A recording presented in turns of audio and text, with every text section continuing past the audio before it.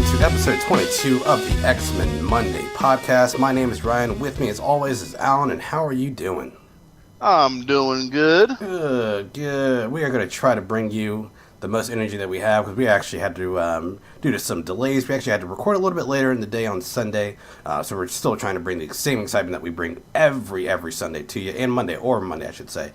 Either or. So let's go ahead and get some house stuff out of the way real quick, though. You can find all of our episodes at columbuscomicscorner.podbean.com. You can follow us on Twitter and follow us on iTunes as well. Subscribe, rate, and review us. We greatly appreciate that. Like I said, if you want to follow us on Twitter, do so at Comics Corner Pod. If for any reason you'd like to email us, you can do so at columbuscomicscorner@gmail.com. And I always forget to mention this, but we are a spoilers podcast. So if you have not read the X-Men books that we are discussing in the show notes, go ahead and hit pause, come back, or if you just want to hear our thoughts before you go out and buy the books to save some cash, go ahead and stick around. We greatly appreciate it. But this week, though, we got a little bit of news, and I figured we might have some numbers because I know the top 10 numbers came out, and I think DC actually manhandled Marvel, but at the same time, Despicable Deadpool was I believe the seventh on the list. Yeah, and then everything else under that was literally all the Dark Knight metal stuff. I was gonna say it's metal. You said DC. I'm like, yep. It's metal. Yep, exactly. But yeah, we should have some of those numbers. I'd imagine those are probably going to be posted by the time you're listening to this, and then we'll get Rob on to go over his summary as well with us. But let's go ahead and get into some news, though. This first piece I pulled from CBR over the week. It says Kitty Pryde will fundamentally change the next X-Men Gold story. This is with the interview with Mark Guggenheim, the writer behind the Negative War Zone arc. In a recent interview with CBR, he revealed that the team will emerge fundamentally changed by the antimatter alternate dimension. This event will result in some major changes to the X-Men roster, as well as various characters' personal stories, like Colossus. Oh. Boy, yes. But this is a quote from Guggenheim. He says, also expect to see some major moves in the terms of Rachel, Kitty, and Peter's characters, Guggenheim said. They all come out of this Negative War Zone arc fundamentally changed. Man, they love saying that, this whole interview. They do. But they go on to say that this event will have a far-reaching consequences more than just the three X-Men, though. More characters will be dragged into the drama, that will eventually see one of the core X-Men depart in a later issue. When we know Storm hasn't been doing much, and she is getting her own series. Yes. So that's my prediction on that one.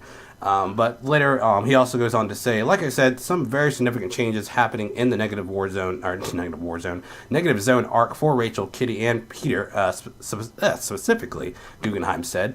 Storm has character-defining moments as well. Of that arc, a member of the team will leave in issue 21. They really did a good job of repeating themselves through this entire article.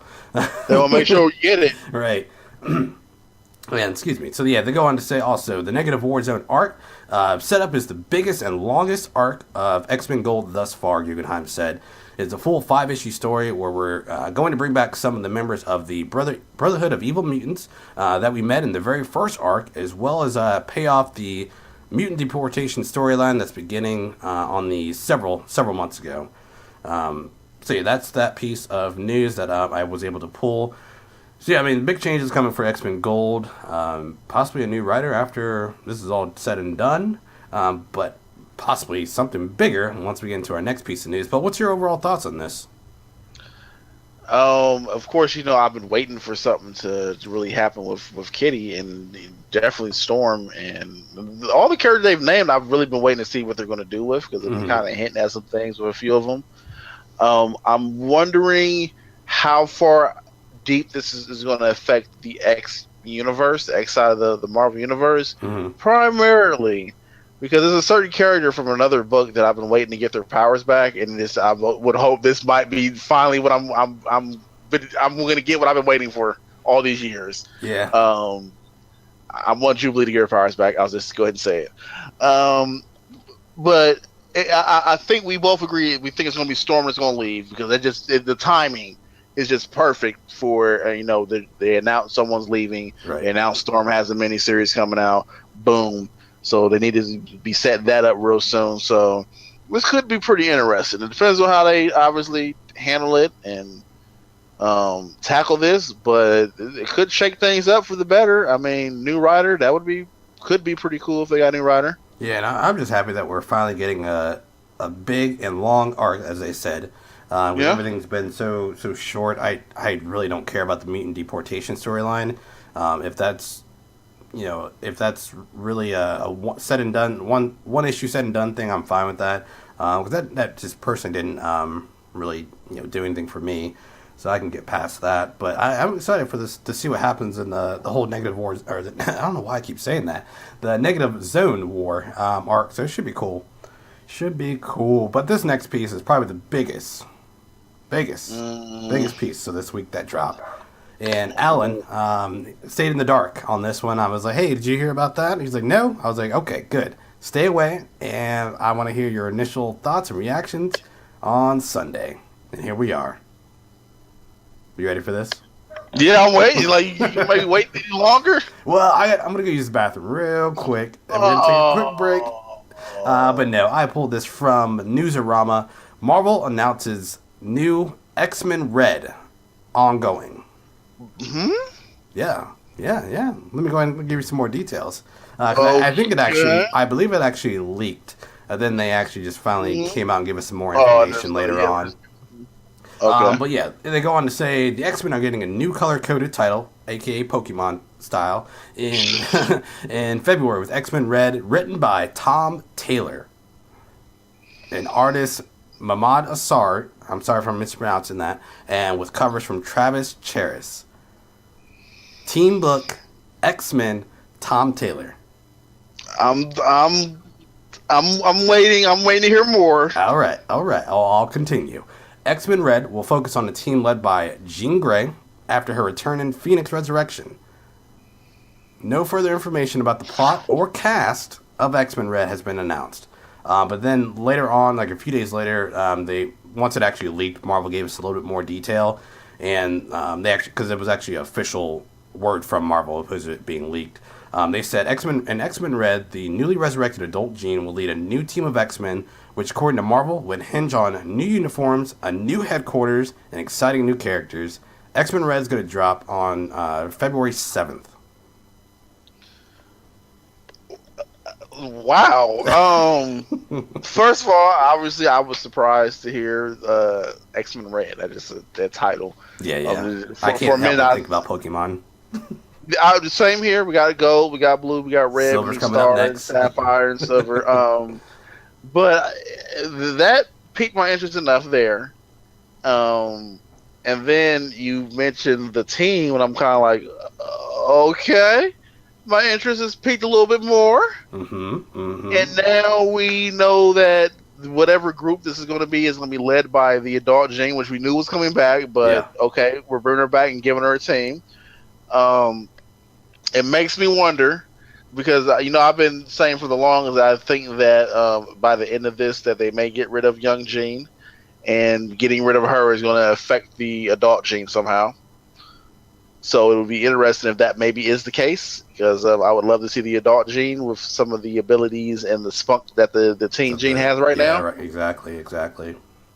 So that could possibly be awesome. I'm wanting to say new uniforms. I'm all down for new uniforms. Yes. I was just looking at one of the issues we'll be reading later on tonight, and noticed that they brought back a classic X-Men uniform in there, and they snuck it in there a little bit. I was looking at it like, oh, okay, that's the classic suit. So I love when they have like the team uniforms. So that sounds awesome. We have a new headquarters. I know you're excited. We're going to get an X-Men book that's outside of Central Park now. How badass would that be if it's in space? That would be amazing. Or what if they found the old Shield helicarrier and made that their base? You just got X-Men like this constantly circling the globe. I'd be fine with that. when they said a new team, and as soon as you said Adult Gene and it's X-Men Red, I'm like, oh well, I know one person who's on that team. Wolverine's going to that team immediately. Oh yeah, he's like, hey, Resurrected Wolverine. He's going there. Resurrected, exactly. He's gonna be knocking the editor's door. He's like, hey, you guys are putting me on that team with Gene, right? You put me with Gene, right? We're like co-leaders, right? Like we lead the teams together, right? It's like, no, Wolverine. I would actually like to see him not on this team.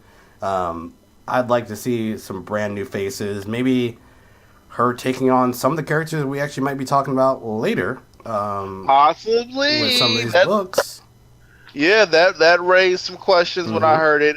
But it would definitely be, or like when you said new team, I would like to see her with maybe with an all new team. I could maybe live with there being one or two like X-Men we've seen before. But I would definitely like it better if it was just like a totally new team. Yeah, some new wigs. Bring it on. Yeah, just for the purposes of them learning and training, though, I could see them having like two other people on the team that are veterans. Yeah, well, what really sells me is the fact that Tom Taylor is going to be writing a Team X-Men book. I knew it. That was your big selling point. That is my selling point right there. I can't be more excited. I'm not too familiar with the artist on board, but I'm sure it's going to be phenomenal. I'm sure they're going to be teaming him up with some good artists.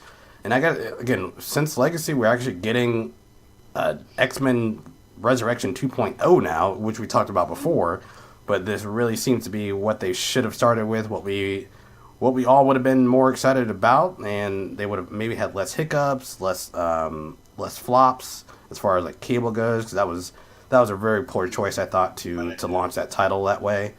But even then now, because like I felt the same way about Gen X when that started, but I'm finally coming around to that as well.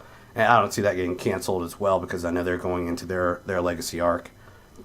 But yeah, this is pretty exciting for me. I forgot to mention, I know this isn't necessarily X-Men related news, but let's go ahead and touch on real quick the fact that Bendis, Brian Michael Bendis did sign a contract with DC. So he is going to be finishing out his stories. No, and going over to DC.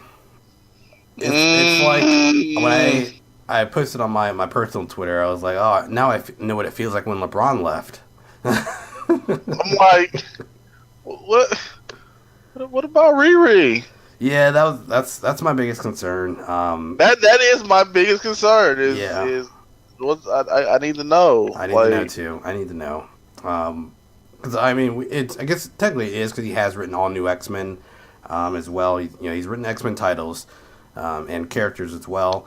But I mean, it's pretty big news, and I'm excited for him. I actually think it's what he needs personally to go work with DC, get some fresh stories, crank him out. But I know this isn't the podcast for that. But I'm worried about Riri. I'm really worried she's just going to be pushed to the side. And Marvel, contact me. I will write Riri. Exactly. We will tag team that book, and yes, we will. Do not shuffle her to the back. No, just don't.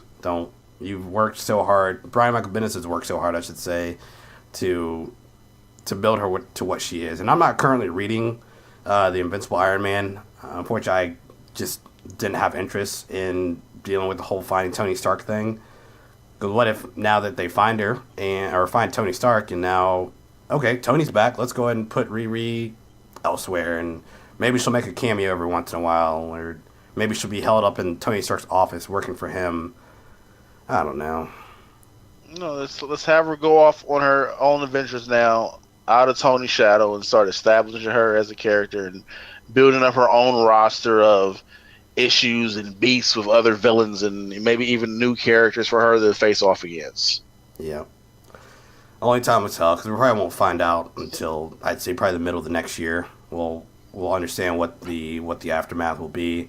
But at the same time, for Marvel, I think it's a step in the right direction for them, not necessarily getting rid of.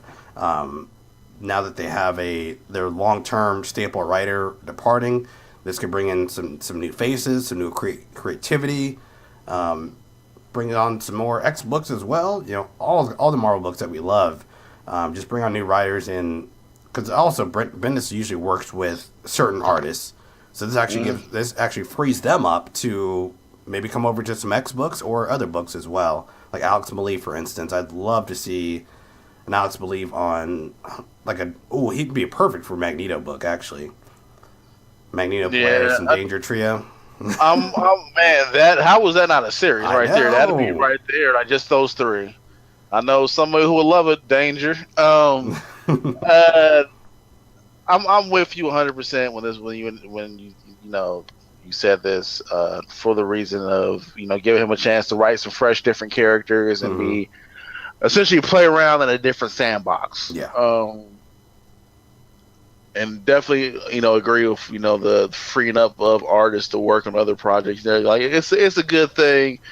It just for me, it's just scary, like I said, because of Riri, because she's still a new character, and we're still growing with her, and she's not yet at that point where they've decided to pull the trigger and establish her as like a standalone, by herself type character. So that's the only thing with me. I applaud this move, I really do. Even though I'm scared for what could happen with Riri, I still think for the most part though, this is a pretty good move. Oh yeah, it's a really good move. But yeah, only time will tell. We'll definitely see. But I figured we would touch on that because we haven't. We do have our other podcast coming out this week, but I'm sure we'll have some other stuff to touch on as well. But yeah, that is all the news for this week. Let's go ahead and get into some books though. We only got 3 books this week. And Danger, what are we talking about first? The Despicable Deadpool number 289. Written by Jerry Duggan. Art by Scott Koblish and Nick Filardi. Letters by Joe Salvino. Deadpool and Rogue have a nice romantic evening on the beach, and Deadpool quickly finds out that he is dreaming and being tortured by Cable. Cable gets Deadpool to tell him that Strife has made a deal in which Cable decides to try to time travel to stop this deal, and after messing everything up, his last-ditch effort is to tell himself to think of something else. So when you go to the deli and you ask for like a pound of turkey or roast beef, whatever you're getting, and it's like a little bit shy of a pound, and they're like, "Is that okay?" And you're like, "Yeah, that's fine," and you don't pay the same cost for that pound because it's a little under. That's what this book felt like, because it was only 16 pages for $3.99. Yes, 16 pages. I think when this happens, those companies, honestly, I feel like we're getting gypped for our money. You saw what they tried to do, right? I'm glad you said that, because that means I wasn't the only person who noticed that. You did notice that their way of getting around that or using that was they did the 2 splash pages. Yeah. Oh, yeah. Like, will this suffice for the cut in pages? Is that fine? No, it's not. Because I actually think it hurt the story. And speaking of the story in itself, the title says it all for me personally of this issue. It was good while it lasted. It kind of was. It was good while it lasted. Yeah, now I feel like we're stalling just to get to that last issue. In the end, when we finally realize that it is, like we were talking about off air earlier, anomaly after anomaly after anomaly. Yeah, Cable just made an alternate reality and then told himself to make another alternate reality to try to fix everything. So, yeah, I've lost a lot of excitement for this whole arc. I'm still going to ride it out, of course, because I do want to see where it goes. And I know Rogue is going to come to play in the next arc. But, we at least get the reason for Deadpool hunting down Cable and whoever else he was going to murk at the time. Which we don't know. We just know that Cable was the first target. Yeah, Cable was the first target. Other than that, a lot of one-ups. With everyone's trying to one-up each other. Yeah, it was good to see Strife. Like, I haven't seen Strife in forever. Yeah, it was cool to see him. I just read, when I was reading Cable and X-Force, he was a big part of that. Dennis Hopeless's run, that was really cool. But yeah, what were your thoughts on this issue? I was just thinking about the targets. He said he had 5 targets, was it? I believe 4. 4? I think I might be able to name 3 of them. Possibly. We're probably never going to find out what the targets were. I don't think we will. Cable, of course. I think that Mr. Sinister was 1. And I think Apocalypse was 1. Yeah, I think those are based on 3 of the targets. Yeah, probably based on whoever Strife is feels who's like overpowering him. And those would be the perfect characters. Yeah, oh yeah. I mean, he was technically created to destroy um, Cable.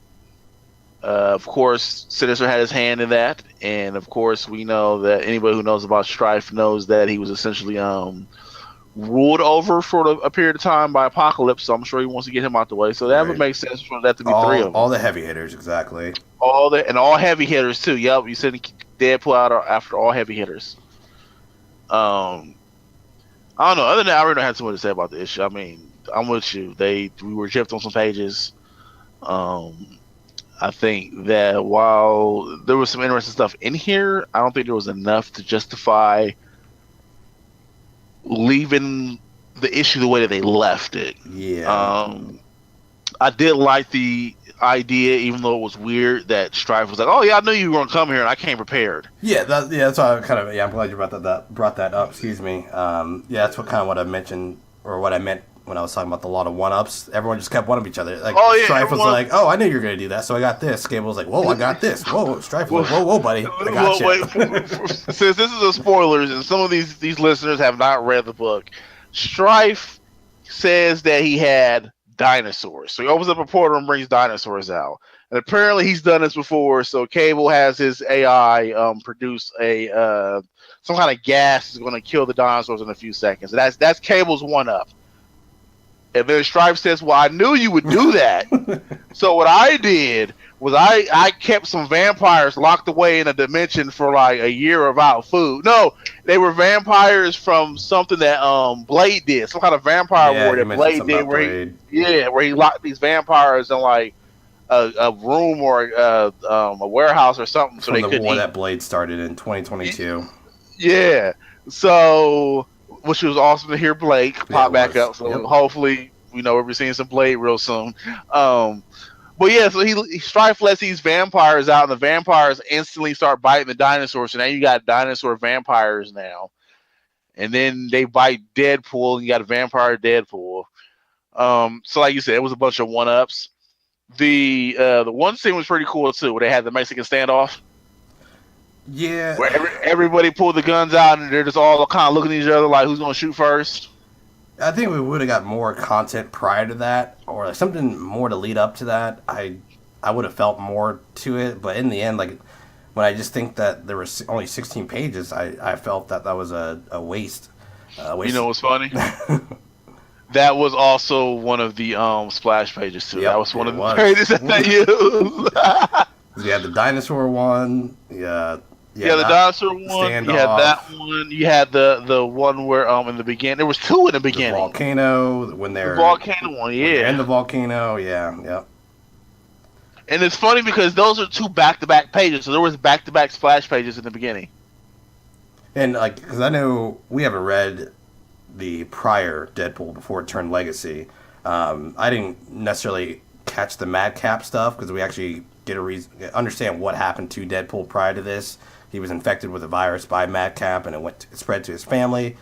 So I'm assuming that happened prior with all the Madcap stuff, but I just didn't think that would actually be thrown in. I mean, I should be expected just for sewing things together, but it just seemed out of place to kind of drop that in there. You know what seemed out of place? The meeting at the Pentagon. He was like, "Oh yeah, these guys save the day all the time. Let's drop a nuke on it." Yeah, I'm actually looking at that now. Yeah, that was actually weird. When we get to that page, I started to think things were actually starting to ramp up, and then we see all the explosions.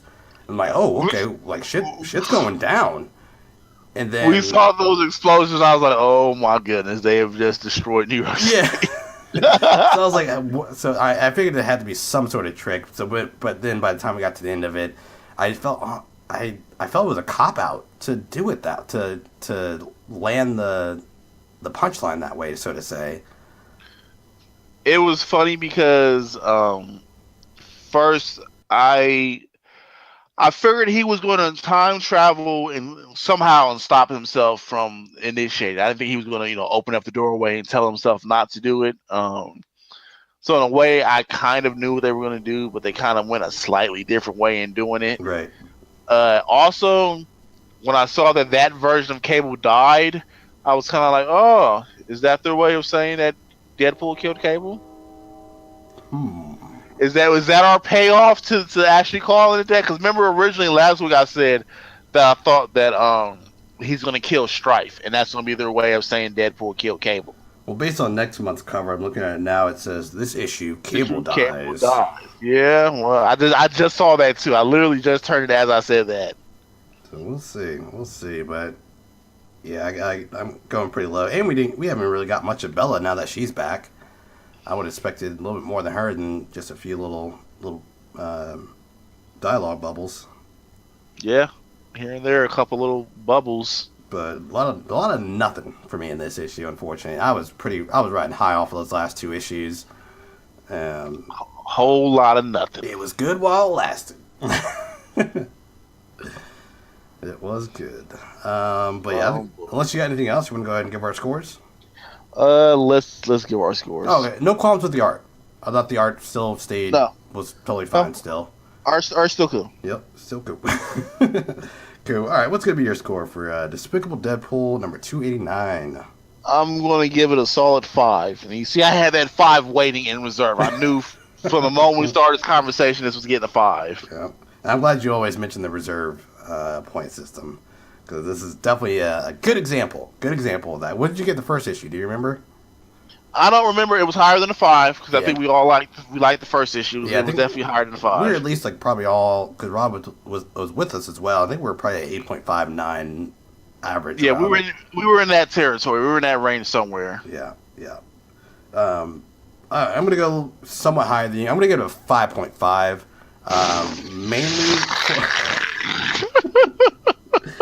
Mainly for the art being consistent. I know it. And I thought there was a lot of cool ideas, but it just didn't have time to execute them all. I definitely can agree with that. What's funny is, for a brief moment, I considered the 5.5. I was like, nah. I was at a 5.8, but then the more we talked about it, I was like, yeah, I gotta go down. That's especially funny. coming out, because I just read Tank Girl, and my review is actually up on the website as well. Cheap plug. Okay. Yeah, yep. ColumbusComicsCorner.tumblr.com. Oh, yes. But again, I put in that review, if you like what the current iteration of Harley Quinn and Deadpool try to be, read Tank Girl, because they do it. It's the OG of it all. Yeah, it's sort of originator. style, and does it way better.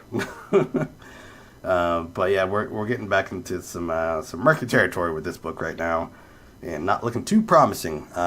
Hopefully, maybe they'll give us 28 pages next issue. That's if 28 actual pages. 20, or I'll say 26,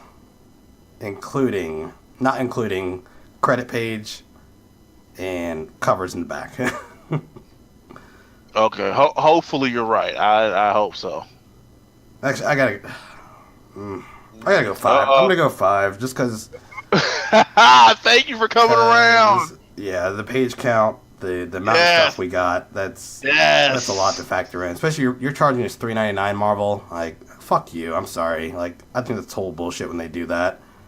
I'm glad I didn't buy it physically. I would have been more peeved off if I bought it physically. I bought this one digitally. So, yeah. Good old 5. Thanks for coming around. I had to. But let's go ahead and get off of this train. Go on to our next book, which I think we're probably going to both like a little bit more.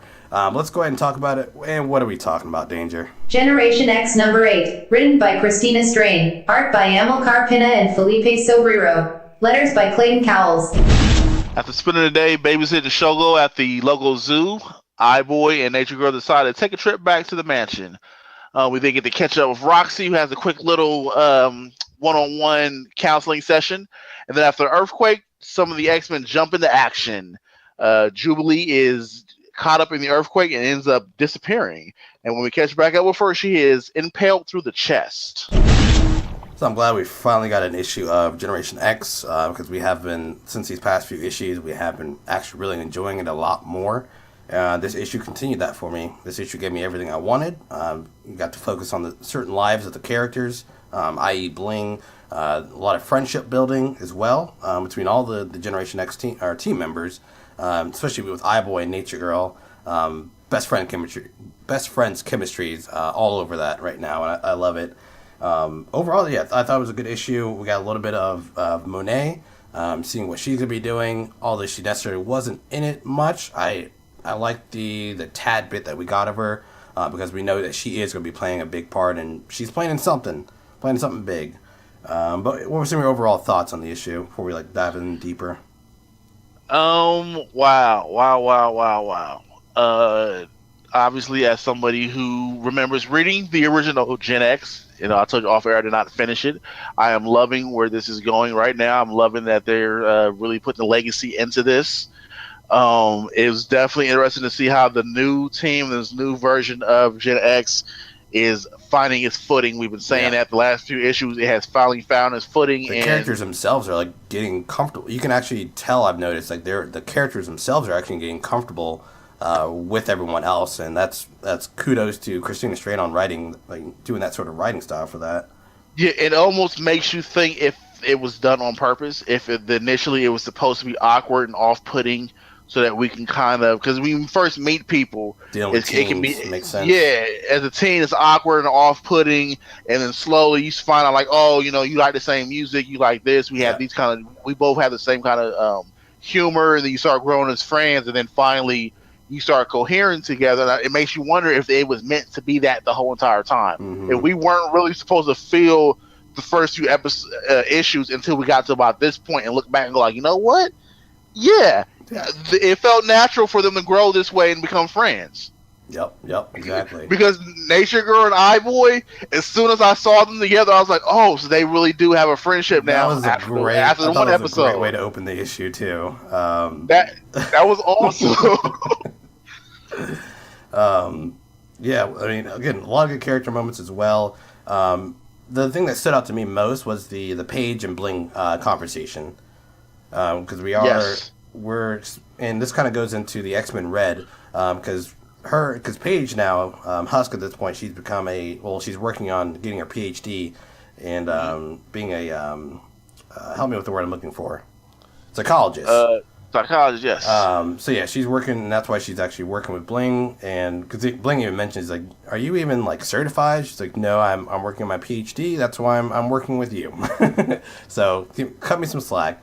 But no, it was a great conversation, I thought, because Husk is making sure that Bling is in the right mindset. If she actually wants to join this team, and at the same time, Paige Husk is telling her, is it that you want to be on the team? Don't you're gonna kill yourself, mentally and physically, if you just want to be on the team and try to hide it, hide your emotions. Make sure you're actually ready before you get on, and maybe that's actually leading Bling into the red team, possibly. If that ties together in some way or form, that'd be great, and even more kudos on that. I'm glad you brought that up, because first I wanted to say that that conversation was strong, because when she made that comment, she gave her an example, which was herself. She was like, I thought I wanted to be this way. I thought I wanted to be on the X-Men. I was born into it because of my abilities, and my powers were, made to be an X-Men. And then I did it, and it was I wasn't really what I wanted, and I got so lost in my abilities and powers that I almost basically died. I almost killed myself. That was hiding her pain, all her injuries. Yep. Yes, and it was awesome to see, especially now that we know that news, that that Bling may be thinking about this, and that maybe possibly that would be kind of awesome if she did, maybe leave Gen X and join the red team, or some of the students that we see in here, because it's further in the book when the earthquake happens. We do see some other students, because Kitty is telling everybody, okay, you guys are gonna go do this, you guys are gonna do this, you guys stay here. Mm-hmm. And our Gen Xers are like, well, we want to go. But we see some other students too in the traditional X-Men uniforms. Might I add? Let's not jump too ahead. Oh, I'm jumping too far ahead for you. Okay, it's cool. Let's take it back. Where you want to take it back to? Oh yeah, just focus on the conversation with Bling. Okay, all right, but it was a great conversation because she made it personal. Mm-hmm. And I think that's what Bling needed. And you could tell throughout the conversation, especially once she started saying, this is what I thought I wanted, you could tell that she's really thinking about, is this really what I want? Yeah, and I thought it was a good way, like especially if you aren't familiar with Husk, like they don't Yep. beat it over your head with who she is. They're just letting you. They do it, or she's doing. Christina Strain's doing it in a way of her actually just having a conversation, like a emotional conversation with Bling, and like kind of giving you her backstory that way. I really like that touch, and I appreciate that. 'Cause I'm not super familiar with Husk, but I got enough out of this conversation to understand what she's been through. So that was fine with me.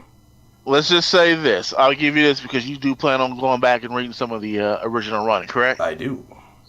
When you first meet Husk in the beginning of Generation X, she is like the stuck-up rich girl who thinks she's like Emma Frost. Okay.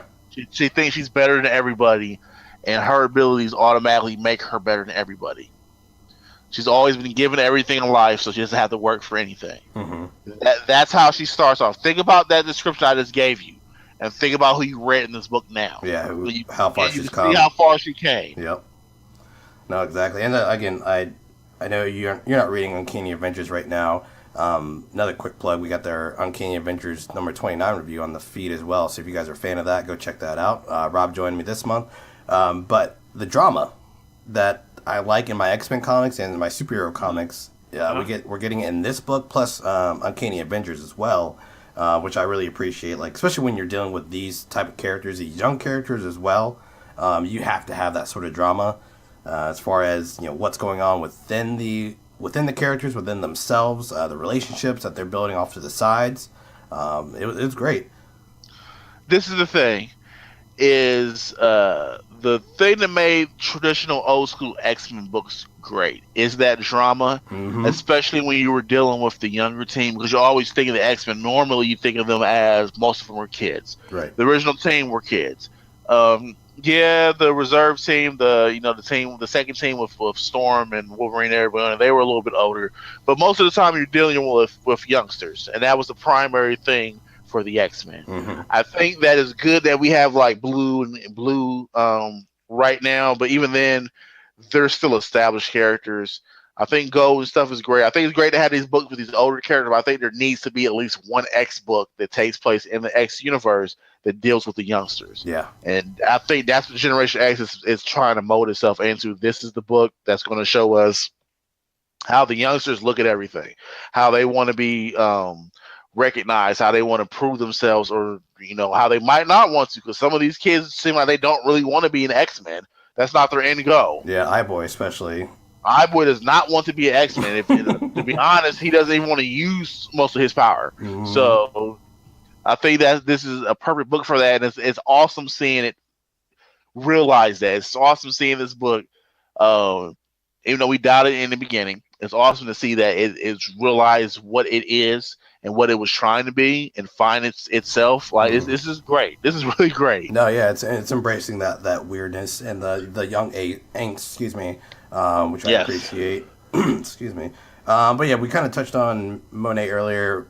She's in this briefly. We're just seeing a little bit about everything she's up to. She's capturing Morlocks and taking all the life out of them, but essentially she needs something bigger. And I'm going to give Anthony credit because he put this in our group chat. He had a theory that I'm probably going to mispronounce the dude's name, Krakow.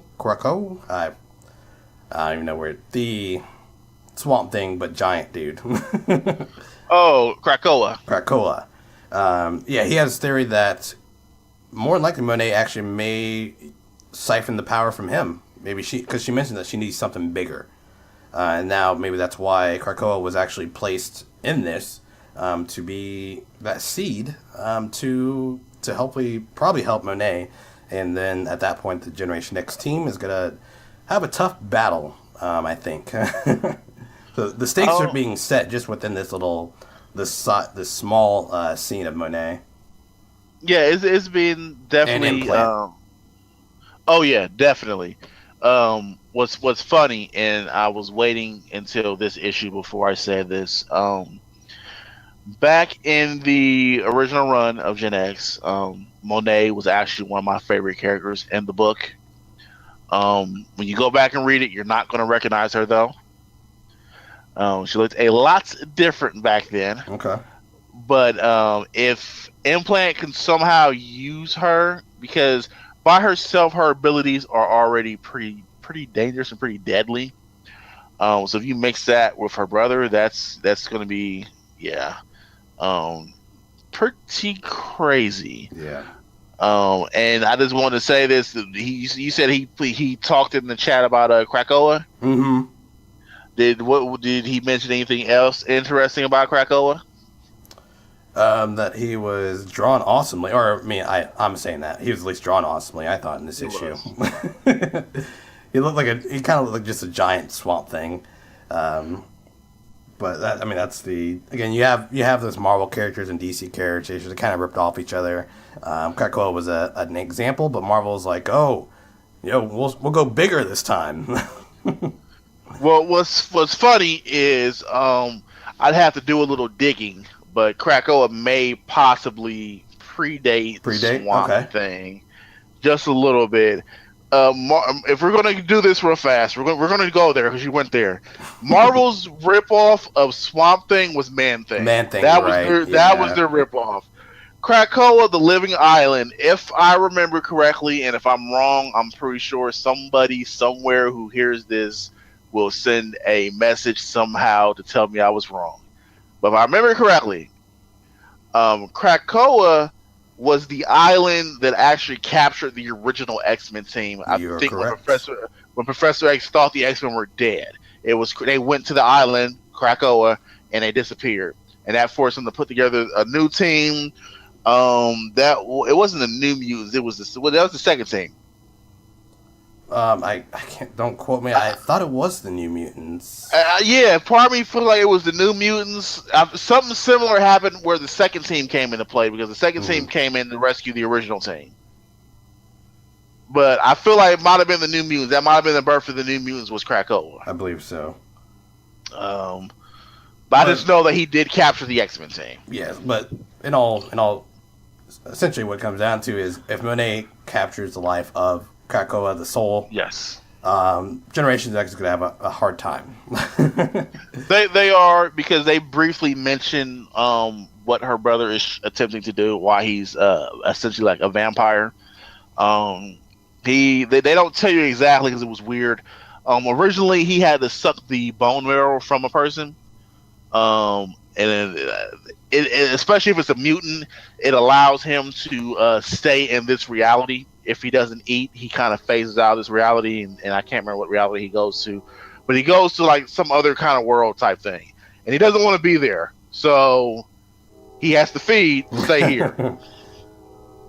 No, that makes sense. But I want you to read the old issue so that you could actually see what she looked like back then. Definitely, like I really do.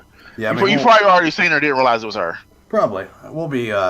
We'll definitely be discussing that soon. Oh yeah, I'm sure we will. But let's continue. We're getting on off track. When Krakoa does appear, he actually causes an earthquake, and Nature Girl actually knows, like, she knows what's up. She's like, no, it's not an earthquake. It's actually just Krakoa. And we see him, and not only, the more we're talking about it now, not only is Christina Strain juggling these threads well, I think she's doing a good job of now bringing back the fact that trouble does follow Quentin, as she mentioned last arc, and also if Krakoa is captured or sucked the life out of by Monet, that's a good part as well. But I think my favorite part of this whole scene though is where you see Kitty Pryde yell off screen or off panel. I mean, she's like, Quentin. Yeah, she just yelled like way out there. You're like, oh boy, someone's in trouble. Mm-hmm. And you just see her pop up. Very classic. Yep, you see her pop up, and then it kind of leads us into the fact that we we see the mansion real quick, but we'll just stick on this scene because we do see the classic uniforms as you were mentioning earlier. The classic yellow and blue. And I got excited for that. I was like, cool. I appreciate that. Thank you. I really do, art team. I did too, Kent, before we get to there, because that was a huge thing for me, because there was something else in that scene with the classic uniforms that I wanted to touch on. Yeah. But before we get right there, before Krakoa shows up, the scene that led to that, which I love the callback, and yet again, some writers could take notes from what Gen X is able to do in either a page or 2 pages with a certain kind of storyline. We see Nathaniel and Ben. Yep. And the last time we saw Nathaniel and Ben, if I remember correctly, was it Ben? No, it was Nathaniel that was trying to talk to Ben. And yes. he chickened out. Yep. Now this time it's swapped, and he tries, but then that's when tries. Krakoa starts to form. Yeah. but the thing is, the way that it's written, just like last time it was written, where 2 pages, I was rooting for him to actually take that step. Right. Exactly. And a couple of panels here, progression. natural. In a couple of panels here, I felt the callback from the last issue, and I was rooting like, okay, this is the moment he's going to do it. Come on, you can do it. And then he got interrupted. I was like, oh, nope, snatch it away real quick. But then that way, we mentioned when we were talking about Iceman. Yeah, I said it. Yeah, we brought it up. I lost my train of thought. But now when it actually pays off, it's going to feel it's going to be great. 20 times better. Yeah, it's going to be 20 times better. If they wait until this little arc with implant and stuff is over and then it pays off, like then the last page or whatever, I'm cool with it. Yeah. Because they've used basically 3 pages between the 2 issues to set it up enough for me to where I care and I'm invested in it, and I'm like, yes, I want him to ask. Like I really do. I want to see this have some kind of progression. Even if he gets shot down, I'll be upset, but I'll be cool with it because the way it was written, the way it was set up, it feels natural, and both the characters are likable. So let's see what happens with this half of the arc. Right now that we've gushed over the fact that we're doing deep cuts from other issues and making them actually mean something. The suits.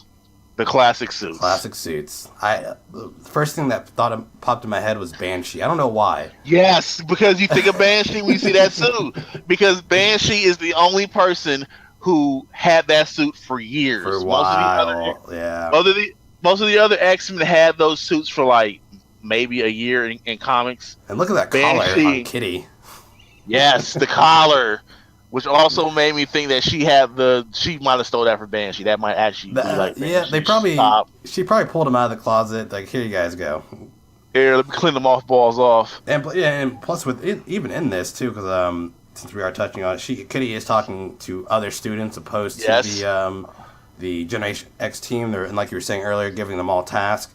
And the only qualm I have with this particular scene is that because she's already said that, hey, every time you're around Quentin, stuff seems to follow you. You stay here with Krakoa, because anywhere you go, he's going to follow you. So you just stay here. But then Morph, he's like, well, he kind of gets a little snappy towards Kitty. I'm surprised she didn't backhand him. But then, because after that, Kitty actually comes around to give them all tasks, and she actually still gives Quentin tasks, and I think that was still a wrong move as far as a discipline way of doing things, because she is right. Krakoa is probably just going to follow him, because that's why Krakoa came in the first place. So why send him off? Then put your foot down, Kitty, with this. Don't be stepped on that easy. That's all. I thought that could have been... I still think that just should have been planted, that he was not going anywhere. It should have been, but I think in that moment she maybe had a flashback to how things were with some of the other younger students before, including maybe herself. Because the first race used to have her on lockdown. You're not doing anything, Kitty. You're not going to nowhere. And it kind of, in a way, defeats the purpose of either becoming an X-Men or teaching them. Even though this class in particular, she already said in the beginning, they're not on the fast track to be X-Men. Right. But I don't know. Maybe as head mistress now, she realizes like this is definitely an all hands on deck. And yes, trouble follows Quentin, but maybe trouble follows Quentin because nobody actually has him do anything. You know how they say idle hands are the devil's playground. Well, if we leave Quentin idle, which he's idle most of the time, he gets himself into trouble. But if you give him something to focus on, he can't get in trouble because he's got a task to complete. Right, you got a point there, but more likely now that I think about it, this will probably just end up leading to possibly Krakoa being captured by Monet. So that's probably a little seed being planted to move along that plot to make that happen. But all in all, still, that's probably like my only major nitpick about the issue. I just want to say I love the fact that I saw Dust, Mercury, and I like to see the roster that we got there. Blindfold. Like, I'm so happy that I saw some X-Men I haven't seen in years and thought disappeared from the comics. Yeah, because although we've seen Blindfold and I forget the name of the one who's in the black robe. That's Dust. Dusk. Thank you. We've seen her. I don't think we've seen the other ones though within this series so far. Oh, wait a minute. Well, we did see Dusk in Gold as well during the whole Secret Empire thing. Could that be the Red Team? Is it a shame that from now on, whenever we read the X book, we're constantly like, "Is that the Red Team?" Yeah, who knows? Are they on the Red Team? I hope that Bling does go on the Red Team though, because she actually deserves it. And I think by the time she comes out of this, she'll be a new person. She'll have her head right. That way, when she does go into battle, she knows what she's doing, and she's just not she's not going to end up like Husk. Essentially, is what they're trying to. I personally trying to portray to the reader. I think so too, because part of Husk's ability was to actually change her physical form in a way. Like, she can harden her body to the density of different substances, metal, rock. And by doing this, she would rip her skin off like a husk, hence the name, and the new skin would be whatever she needed to be underneath. Right. Obviously, the rock form or the stone was kind of a go-to. Kind of like Roxy, which yet again is why the scene was so awesome, because she's like, look, I basically had an ability really close to what your ability is. Yeah. And look what happened to me. So I definitely do think that, like you said, they're planting the seed. I think the way that this ends and what's going to happen with the next issue, because I think because she's with Jubilee. So I think that's going to be used as her growing moment. I think that's going to be the make or break between those two. Roxy's not particularly fond of Jean right now, and thinks that she's actually holding her back. So yeah, by the time this all wraps up, yeah, they'll be friends again, and I think Bling will have her head on straight. And going back to that scene just real quick with the conversation between Bling and Husk. At one point, Bling is like, my skin's made of diamond. I've got a similar power set to Emma Frost. I'm perfect X-Men material. Yeah. I really like that line. I thought that was a good line. And she has actually forming diamonds around her hand. Which I didn't know she could do. I didn't know she could do that. Me either. She did that little diamond thing and warped her fingers and stuff. And I was like, man, wait a minute. She can do that? I might have to agree with her. Why is nobody putting her on the team? Right. Attitude, exactly. Teen angst, drama. Yeah, your abilities might make you a perfect X-Men, but your mentality does not. Because she would be the person right now that would instantly just be like, I got it, before the team leader's like, look, this is what the plan is. She's going to jump head first. Yeah, if anyone read Uncanny Avengers number 29, Quicksilver had a similar incident where he thought he had it, and he didn't have it. And someone got hurt. That's Quicksilver. He thinks too fast. Exactly. But yeah, let's go ahead and get into the quick jump, honestly, because the teams form, they're actually about to go out. And then the scene ends, because I guess we should give a little bit of backstory for people who haven't read it. Jubilee, Bling, and Chamber were walking when the earthquake happened. Well, the shakes happened, I should say. They were by a museum. They went and saved some people, and in the end, Jubilee and Bling actually fell into a hole. And in a badassery way, Jubilee was able to save a kid that she was holding by throwing it up to Chamber. That was a good touch. But what was a good touch was that panel of Chamber walking out the smoke with the kid. Action movie style. That was amazing. The whole scene was very action movie style. I appreciated it. But yeah, we see Jubilee pierced by a metal rod being stuck through. I can't tell. It almost seems like she's pulling it out of her, or she is stuck. She is impaled. I'm assuming she's impaled. I think she's stuck. Yeah. Yeah, I'm assuming she's impaled by it and stuck. But you don't necessarily see the bar underneath her arms as she's holding it. So who knows? That could be a trick. I think that you see the second panel of Roxy. You see those beams with the rod sticking out of them. Mm-hmm. I think she fell up against one of those, and I think it's poking through like the right side of her chest. That's why she was like, "Good thing it missed my heart." Like it went through her chest, but it missed where her heart was at. Yeah. So I think she's laying up against it. Yeah. And very sudden, this all happened. I was like, oh boy, oh shit. Yeah. Oh yeah. So not only will Jubilee and Roxy have to settle their beef and get the conversation out there, we got to figure out what happens to Jubilee. Well, good thing she's a vampire. Yeah. For now. Cross our fingers.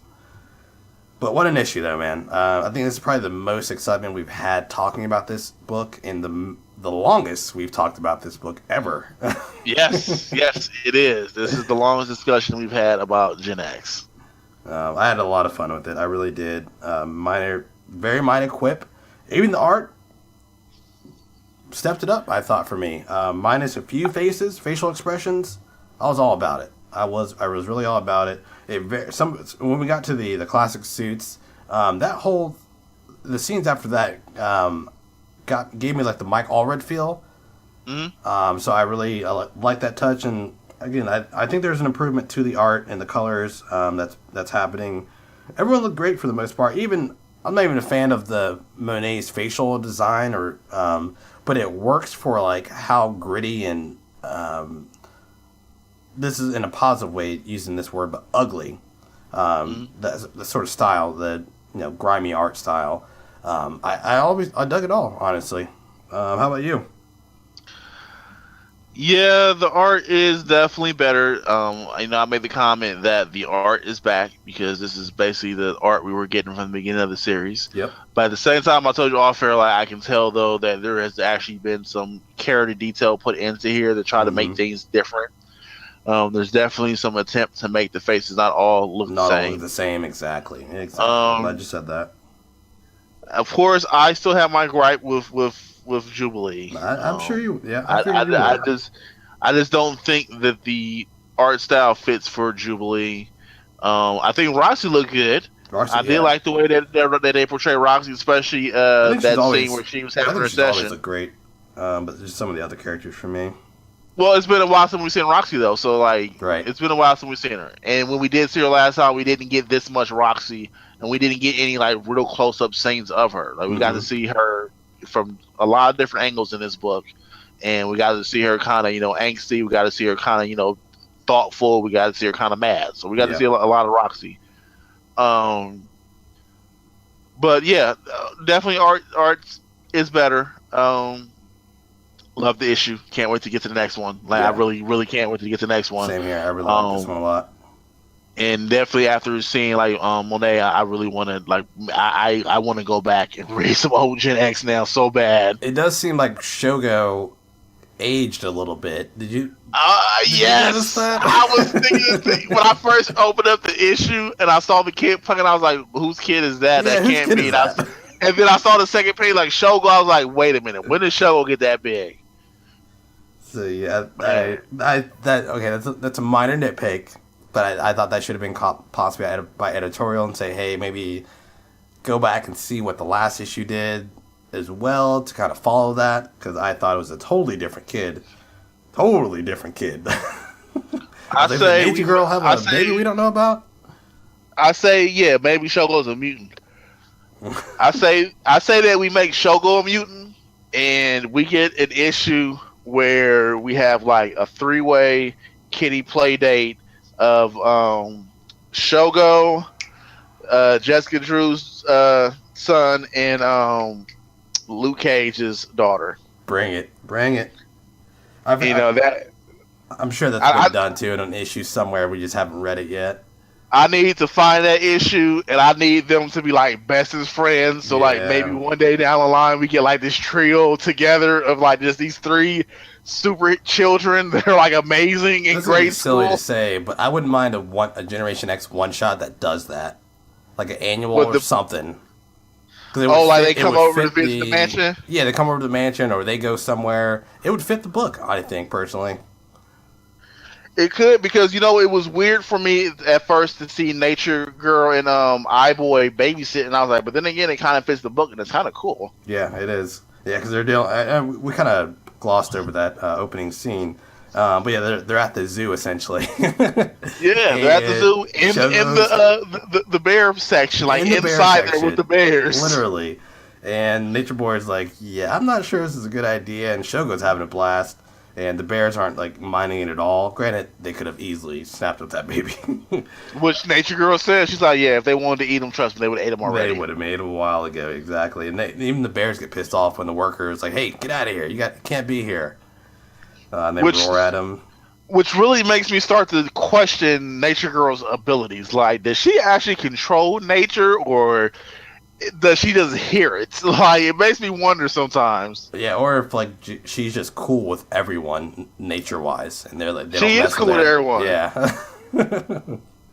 I say one thing: if she did have the ability to like control like nature, like to do that, if she teamed her up with Storm, that would be amazing. Wow, Training class? Yeah. What? Oh What? my goodness, they can have their own like fastball special type move. Like, oh man.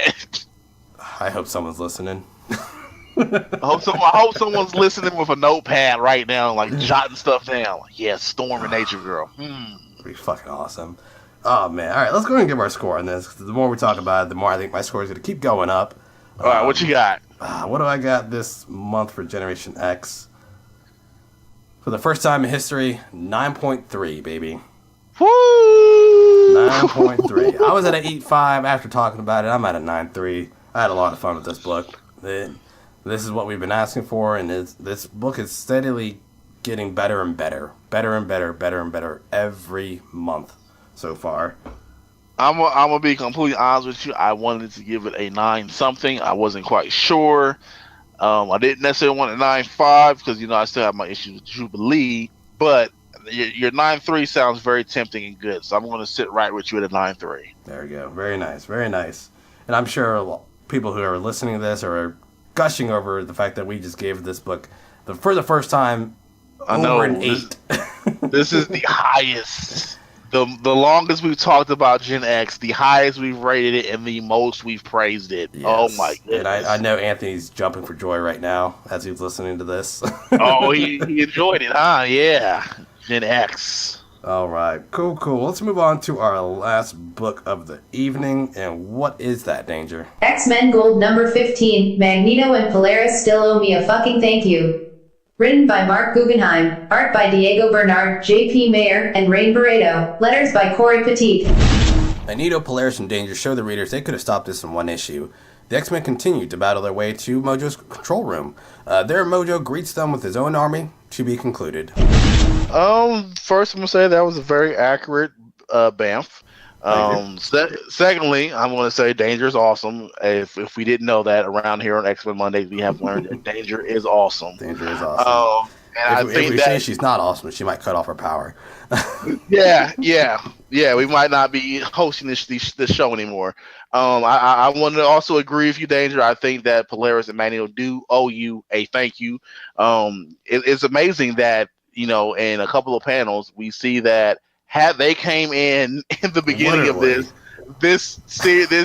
little crossover would have probably been cut in half. Yeah, and even by introducing him, that makes me think that this honestly should have been cut in half in general. But I'll go ahead and finish your overall thoughts, or not your initial thoughts. No, I just definitely think like this could have been cut in half by having them go in there in the first place, or having them at least show up in like the second issue.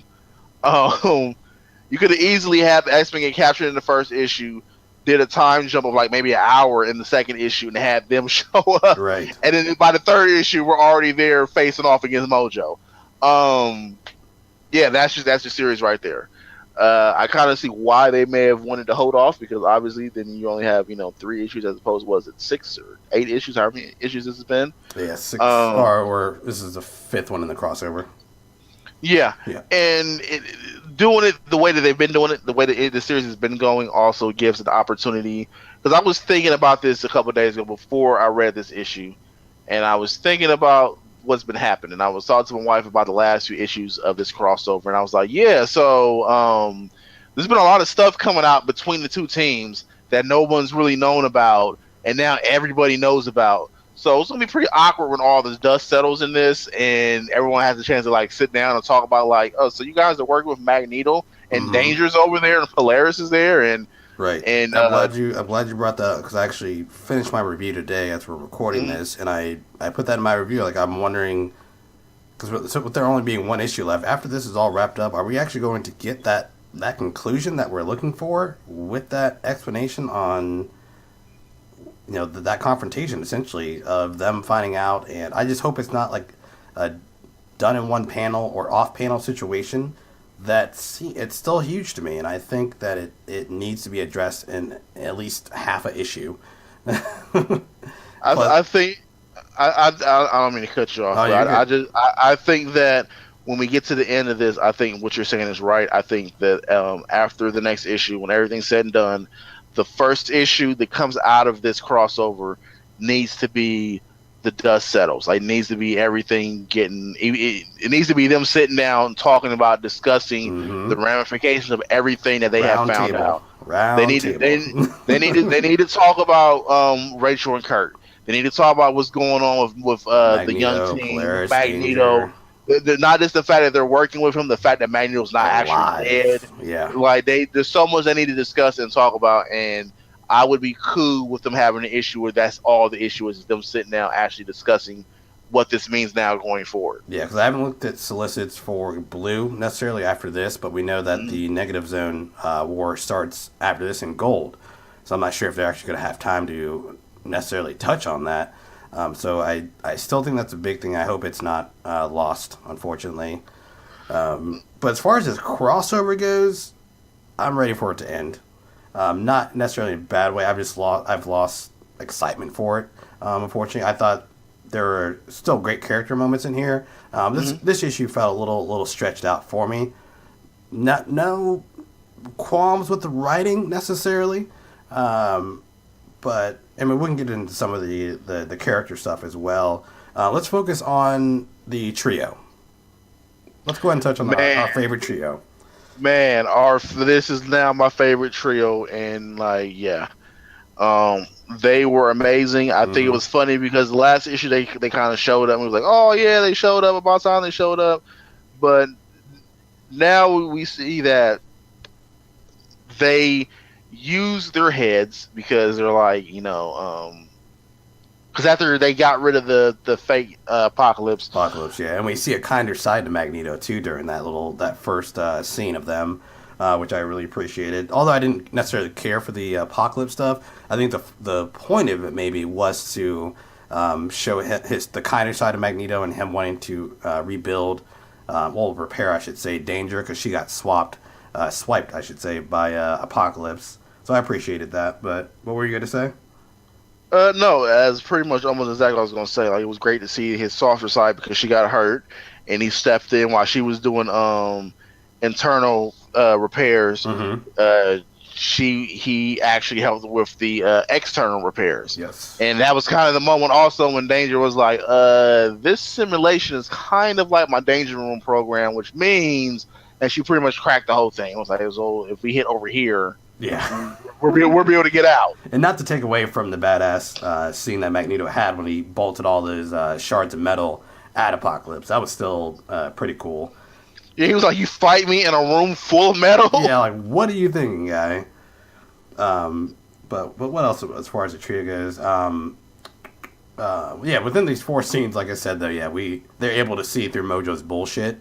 They're like, Danger's like, oh, yep, there is a physical boundary, so you guys go ahead and, again, Krakoa shows up again. I was looking at that too, like another appearance, and man. Yep, he shows up again. I like how I appreciate that. But yeah, they're able to solve it right away. And best line of these two scenes with them was the fact that Polaris is like, I can't believe we're taking orders from Danger Room, from the Danger Yes. Room. Yes. And we can go ahead and touch on the art real quick. I thought all the art was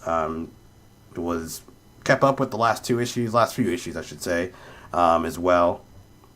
But yeah, she does. Yeah. Danger does deserve a thank you from Magneto and Polaris.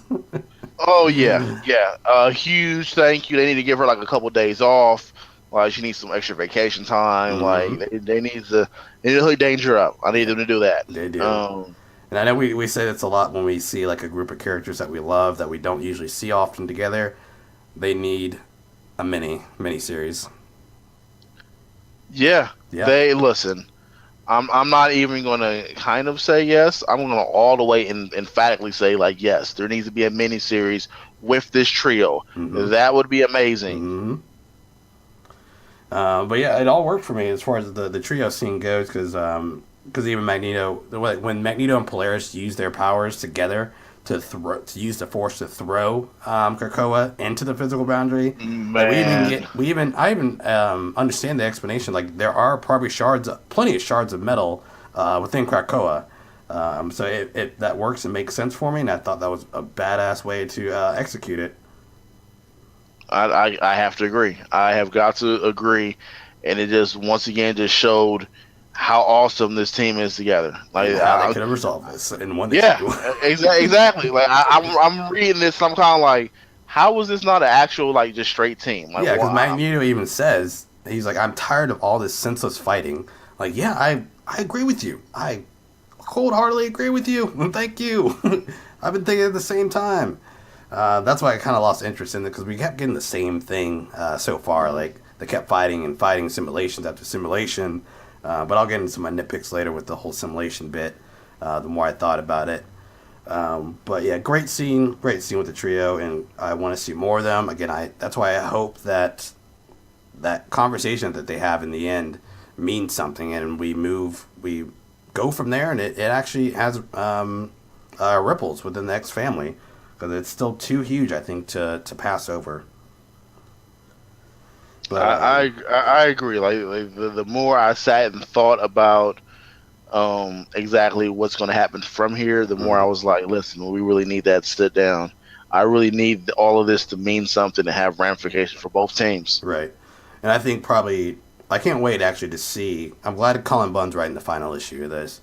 And I know a couple people will get into the fastball tweets. And I've heard on Twitter as well and throughout the internet. Some people aren't big fans of Mojoverse, but some people are saying this is the best issue of Gold, and I'm so close to agreeing. I guess to me, I guess it's the best issue as in actually everything flowed and made sense.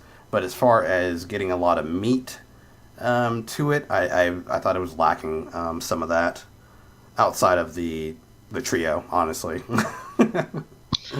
But Yeah, I have a feeling they'll probably end up coming to the rescue then. And what I was trying to say earlier was I look forward to them actually coming to the rescue, hopefully, and then those teams both actually teaming up and working together to take down the guards at the end in Mojo. Yeah. Oh yeah. I definitely enjoyed when I saw both teams together. I was like, oh yeah, now it's about to get really interesting. Yes. But to what you were just saying before that is I think I might fall in the category that I'm not gonna say this. Well, no, this might be the best thing that's happened in Gold so far. It might be actually. Yeah, but the more I sat and thought about it for a minute, like yeah, this really might be.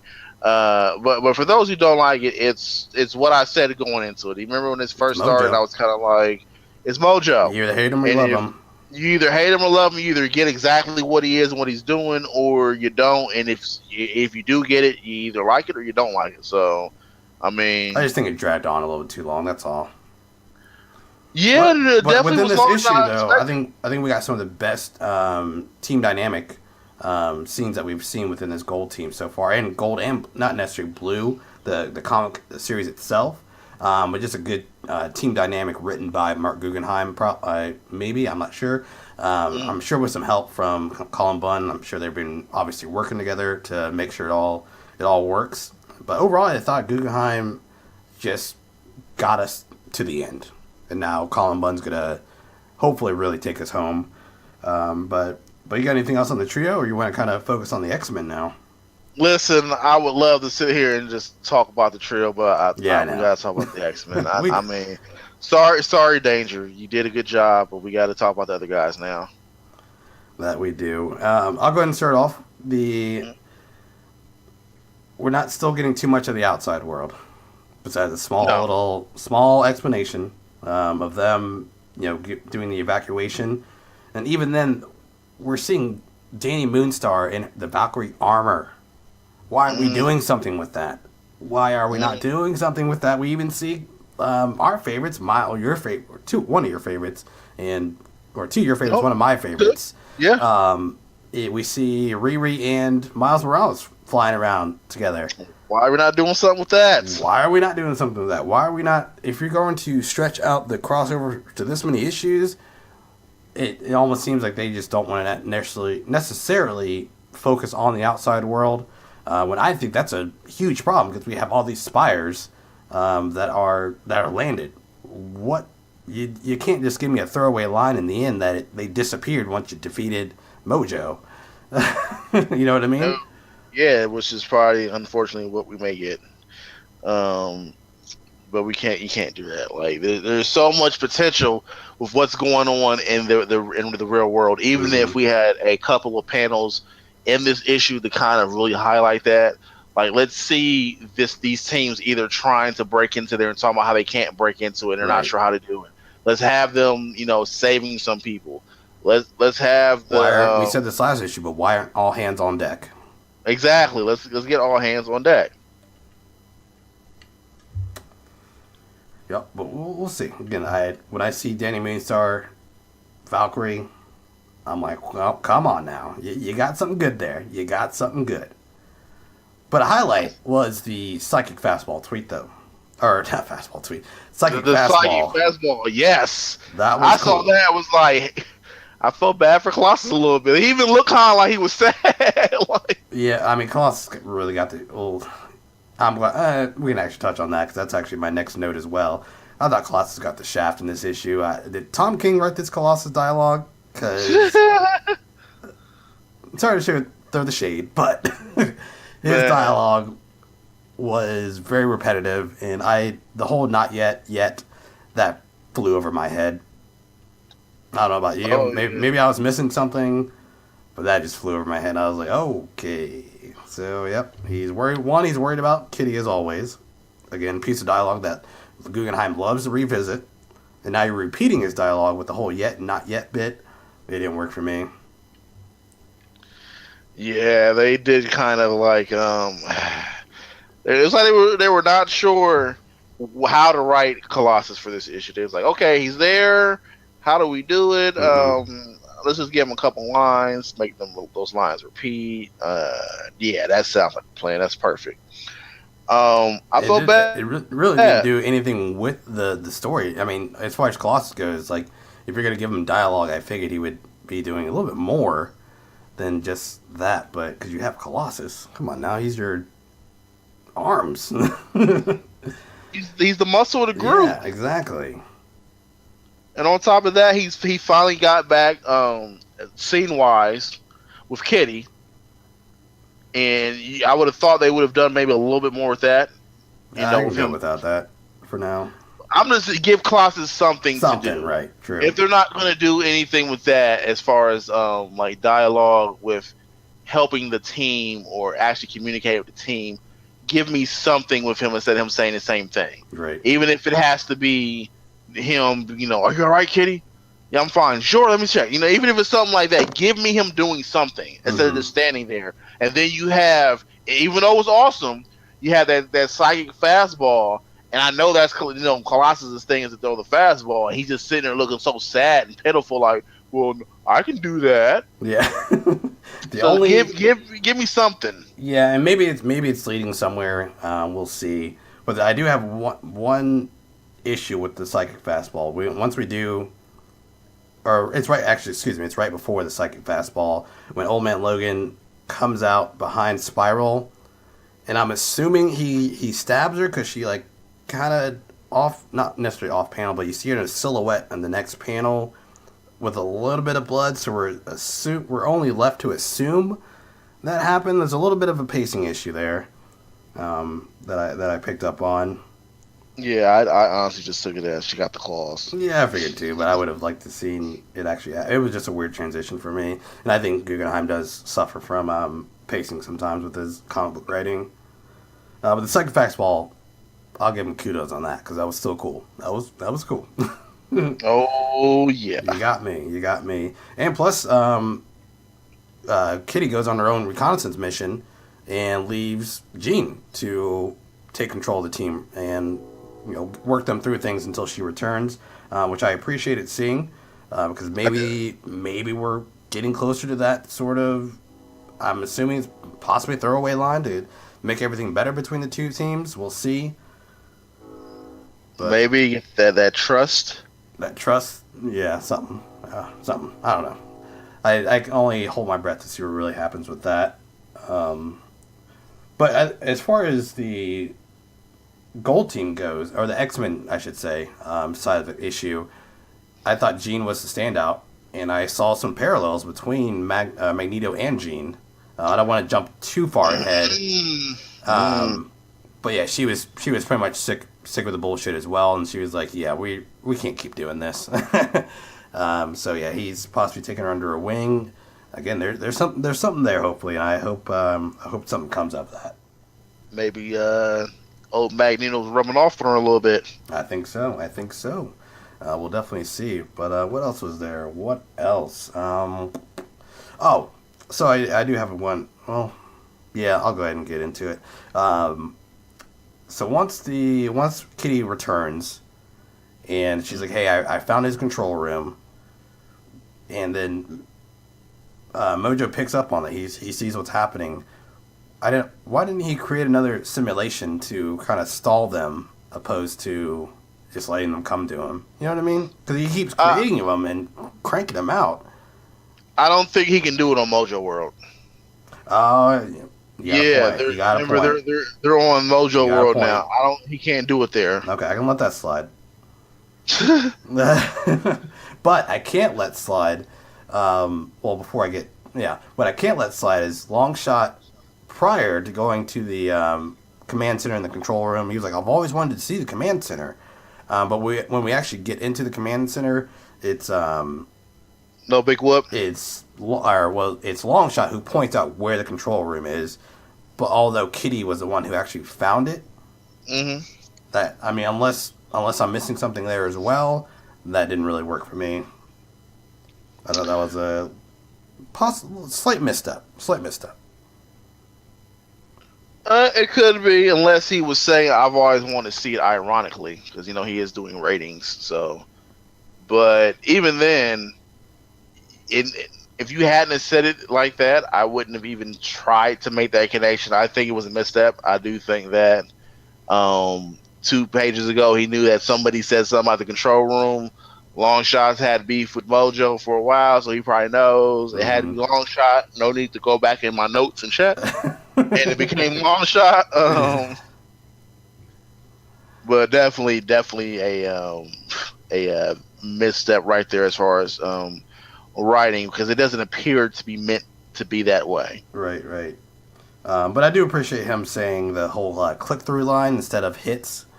Yes. Kind of with the modern day, what was going on with what we look at for our website, click-throughs and clicks and whatnot. So keep it modern. I appreciated that to throw that little flavor in there. But what else you got, man?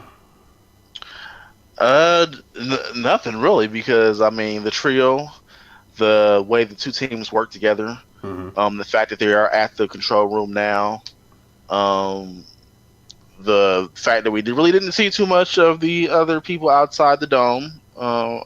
Nothing else. Yeah, I gotta give credit to Gene's rally cry.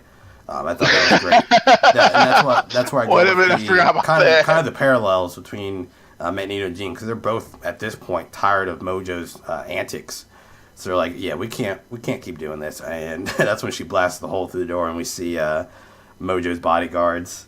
And although when they finally got into his control room, I would have figured that they already knew kind of what Mojo was doing to them through the simulations, because when they get into the control room, they're like, oh, he's showing us our pasts, our futures. I just would have thought they would have picked up on that already right away. I mean, with everything that's going on and all the costume changes. I remember when I wore this in the past. Yeah. So, yeah, that kind of threw me off. I mean, again, overall, it was the issue got us to this is the penultimate issue. It got us through to what the finale will be. But we'll definitely see again. My thing is I want to see that blue and gold conversation. I'll keep repeating myself on that, especially now with Magneto in the mix. Bring it. You have to deliver on that, please, please, please. Oh, I want to see that. yeah. I want to see that. But yeah, I think I got one more thing. I would love for Rogue to take a leadership position post No Surrender back on the X-Men team. Because if anyone's been reading Uncanny Avengers, she's becoming a great, great leader, and I think she should join her family again at some point soon. Some point very soon.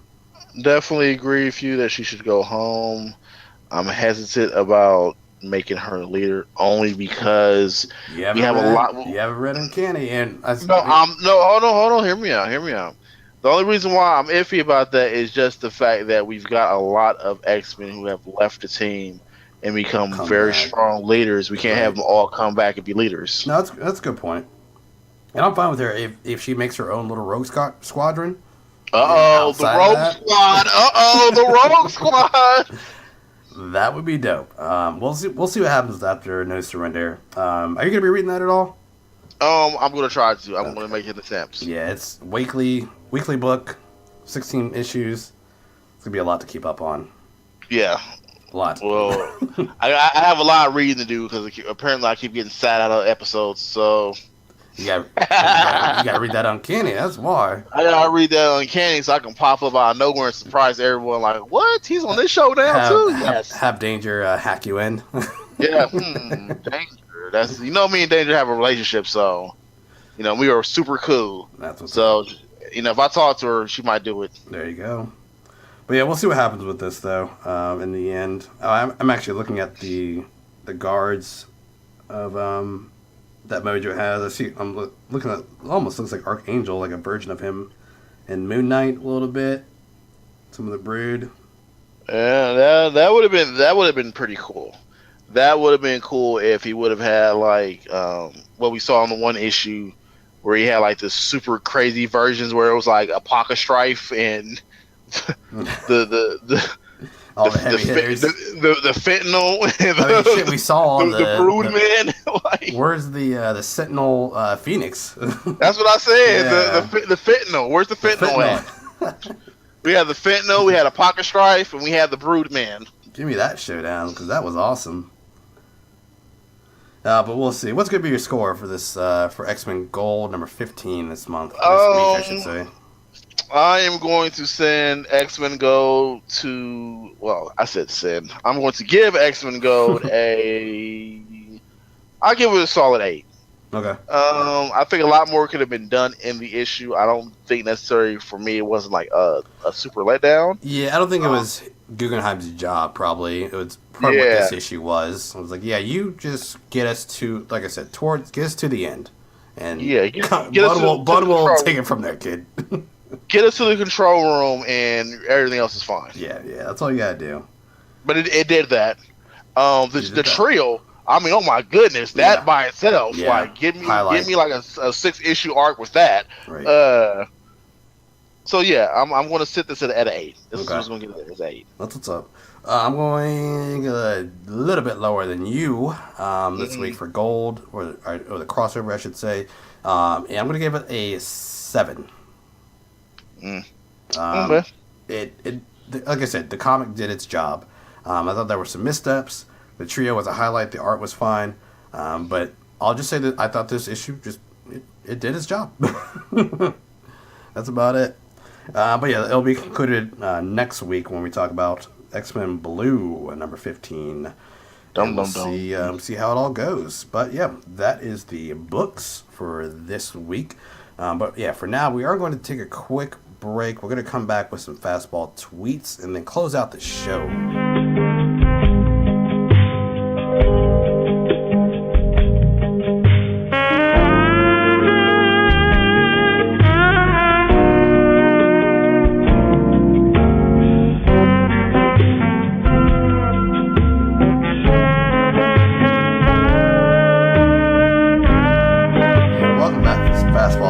And also as we close out this episode, and we always want to thank everyone who sends in their fastball tweets. We greatly appreciate it. We get to talk with some of you people out there who listen to us, so that's awesome. But if you aren't on Twitter, because we do have our fastball tweet thread, which is posted every new comic book day at 12 p.m. Eastern Standard Time.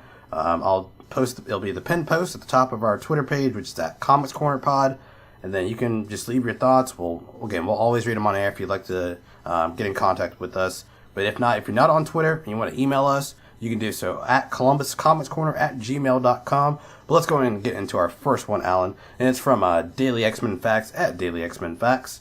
Generation was so damn good. So much fun to read. I'm so invested in the development of every piece happening.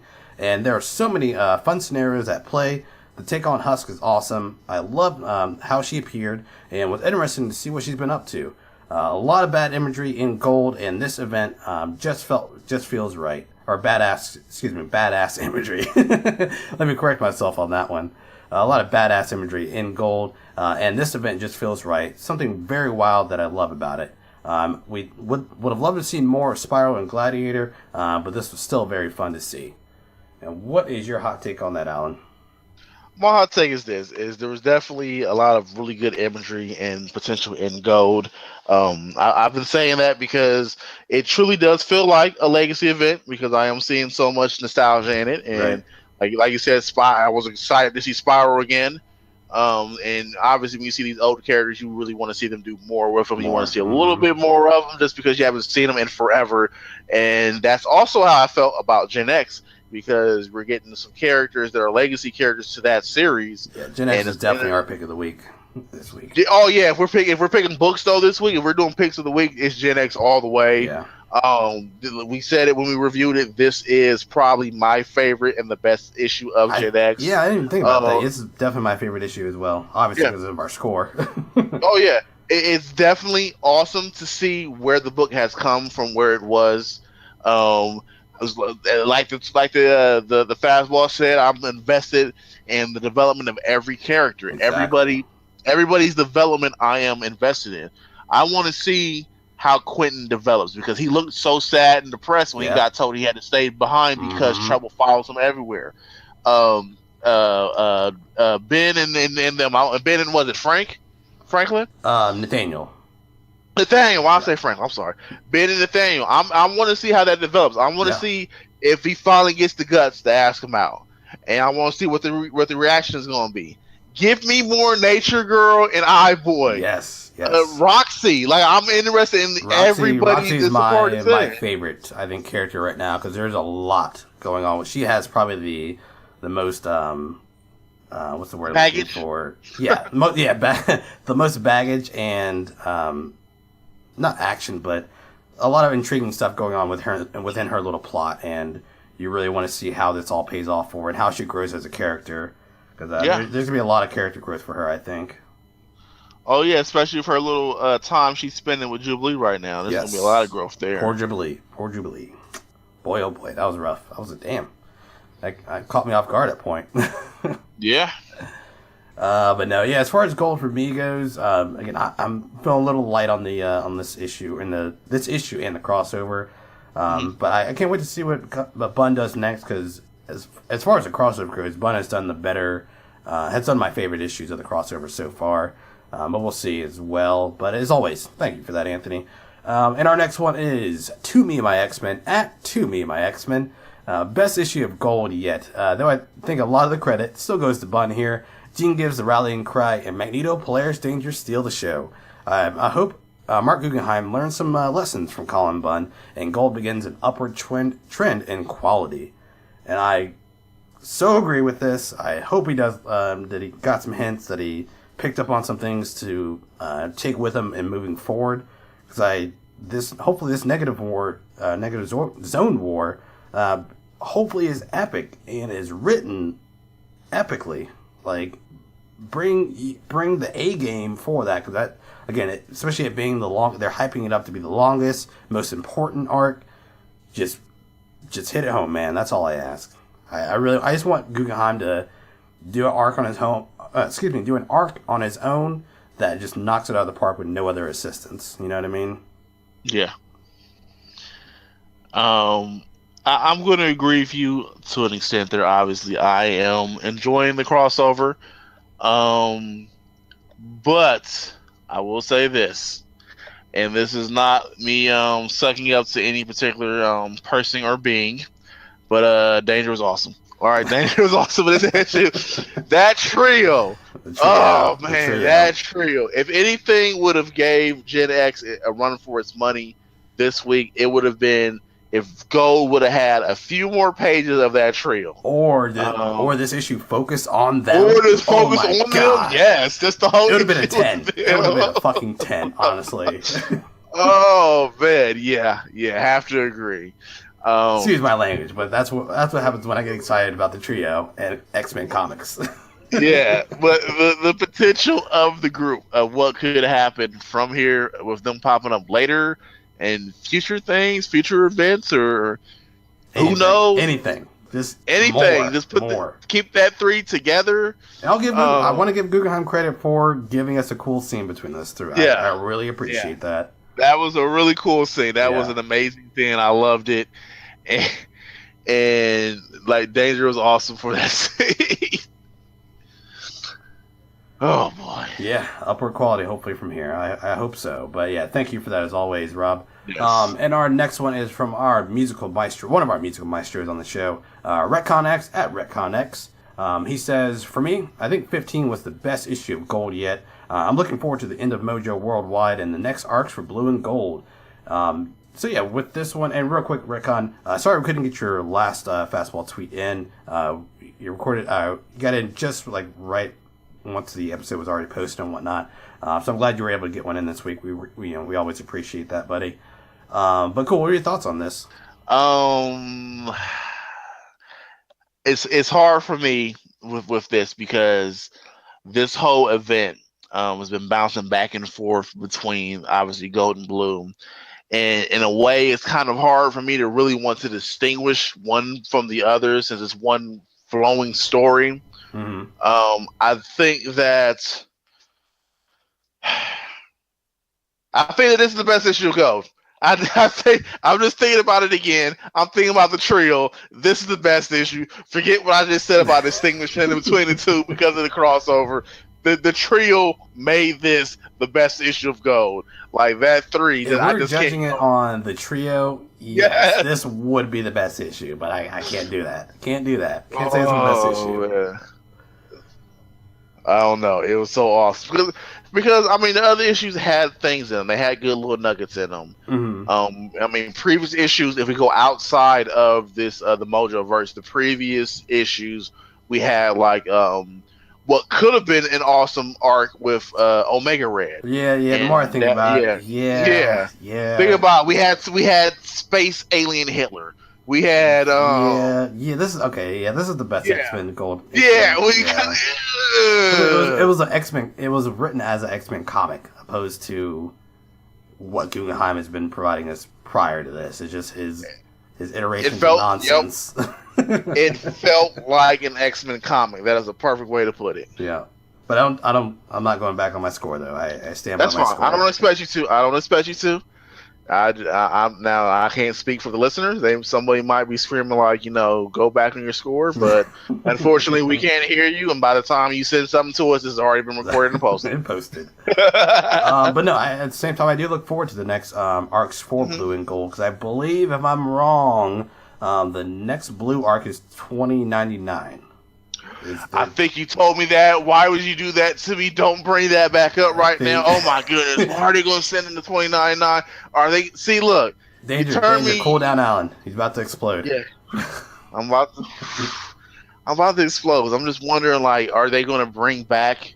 Because they've already brought back Spider-Man 2099, and during Secret Wars, they introduced us to I believe it was the Avengers 2099.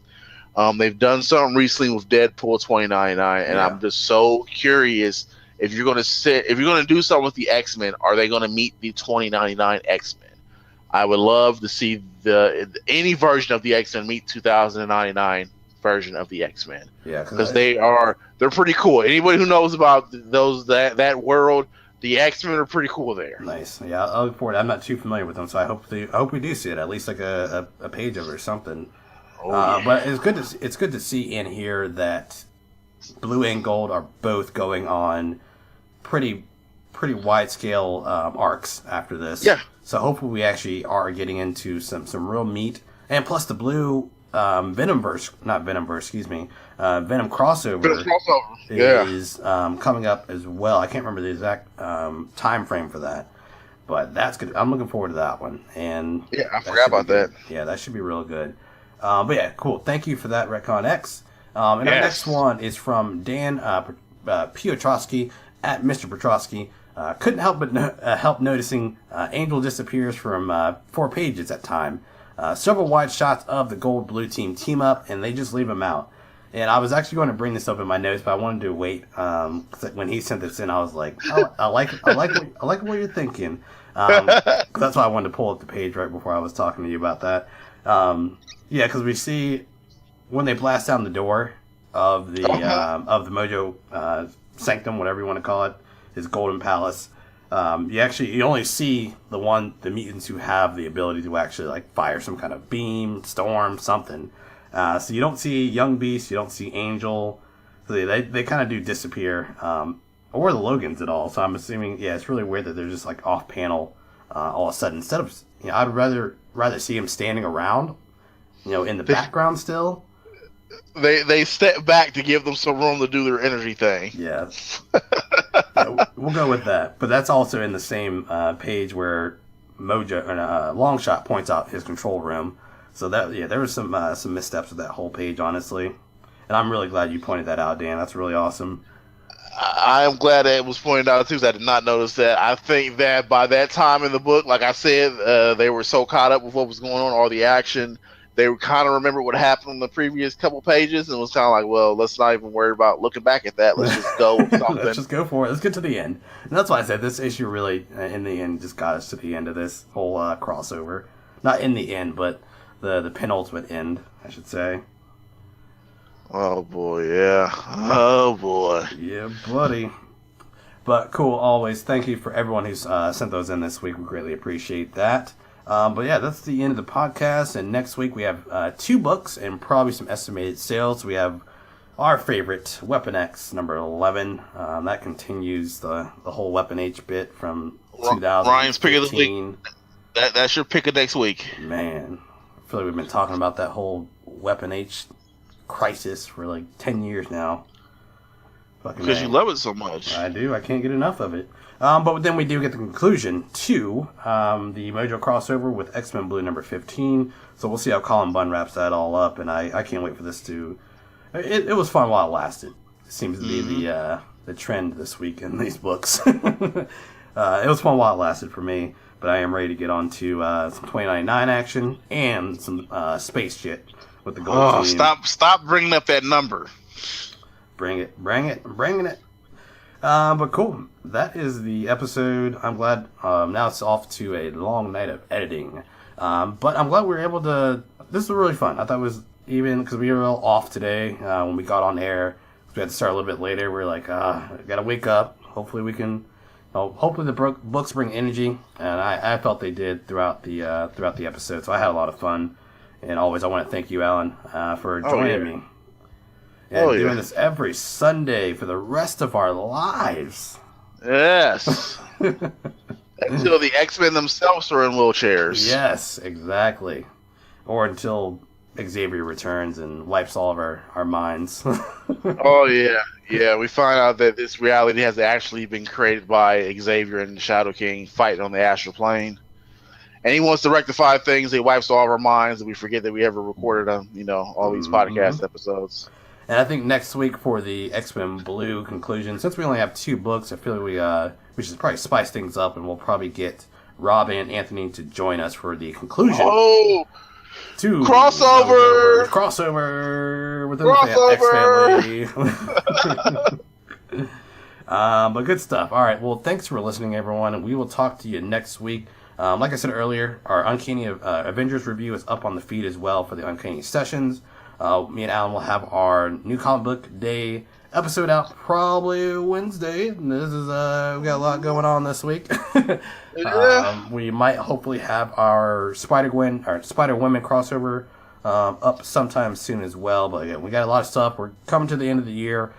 We have some stuff that we are going to, we keep saying that we are going to, that we're working on things behind the scenes. And of course, we don't want to announce anything, but just know that we are working. Of course, things take time, but if you are listening to this is your first time, again, we love that you're listening to us. Share it, tell your friends, but regardless, just thank you for downloading this. But you got anything else, Alan, before we get out of here? No. Just be on the lookout for everything that we got coming up. Thank you to those who continue to listen every episode, every week. People who send us fastball tweets, people who like, share stuff. There's people who are interested, people who tell their friends about us. I could go on and on for a little while longer, but I'm just going to say thanks to everybody. Tune in our whatever our next episode is going to be, because like you said, we're recording weird this week, so Who knows what's coming next? Who knows? But let's get out of here until then, and we'll talk to you soon.